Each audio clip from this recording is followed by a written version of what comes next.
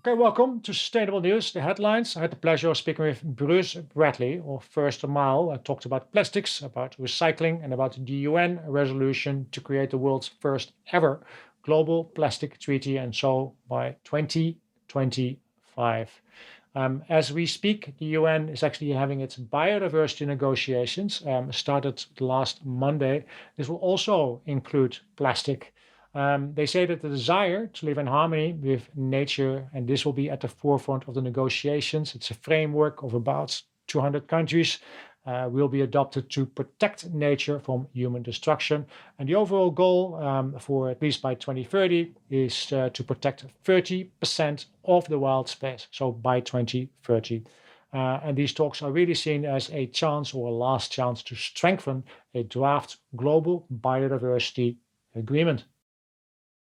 Okay, then we have the war. A lot of articles. CarbonBrief has questions and answers. What does Russia's invasion of Ukraine mean for energy and for climate change? And they talk about the reliance of Europe on the Russian fuel supplies and Russia's reliance on revenues from fossil fuel sales. And how reliant?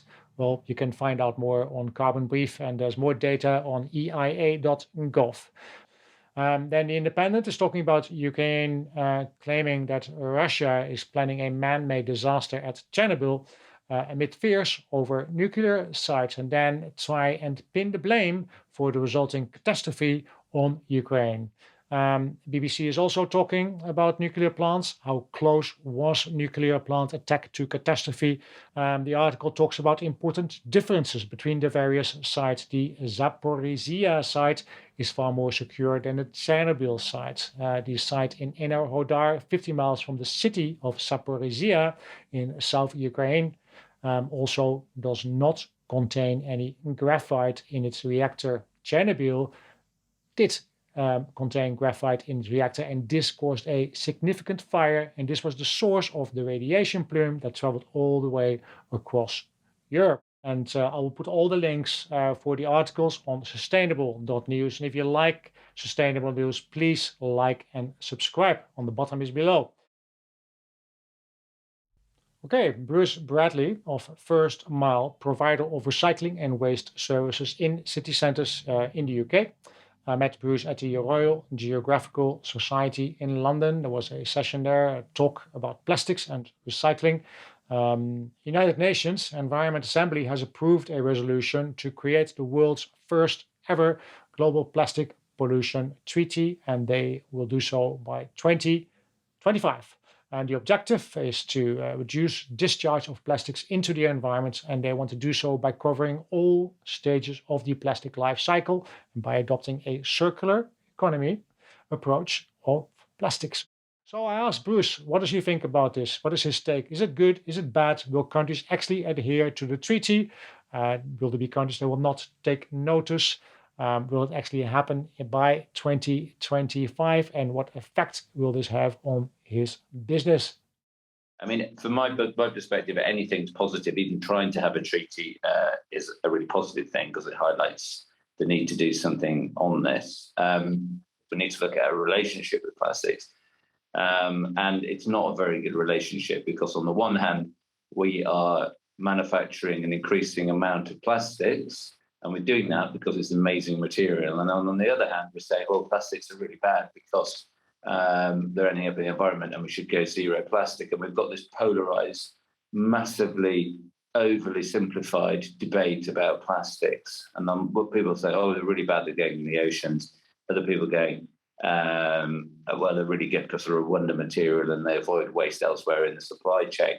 Both of those statements are true and both of those statements are false because we're using plastics often for inappropriate uses, and we're also ending up with plastics in the oceans. That we can't just treat plastics. If we demonize plastics, we'll go nowhere.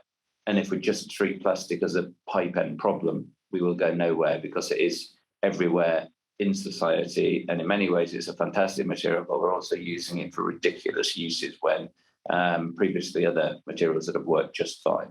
Fortune talks about plastic credits to achieve plastic neutrality. I take it this is kind of like carbon credits. And what's your take on this?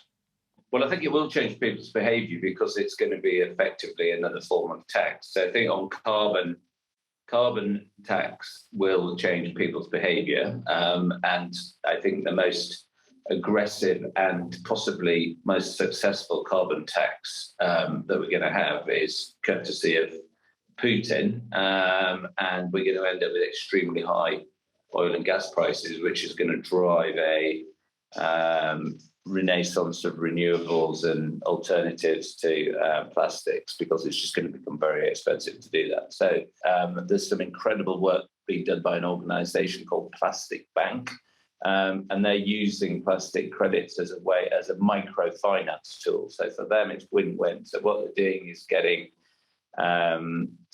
people who are living close to poverty in developing nations to pick plastic, which is ocean bound, so within 80 kilometers of the ocean and heading into rivers. And it's exactly how plastic gets into the river, into the oceans. And they're using that as a microfinance tool to give people on very low incomes things such as healthcare, or with the plastic credits, they can buy healthcare, they can buy schooling, they can buy sanitary products. They can buy solar panels to get electricity for their houses. So that is a really good use of a plastic credit system. And then developing countries are funding that, or developing manufacturers are funding that activity, and paying more for the plastic than it would just be worth as a commodity.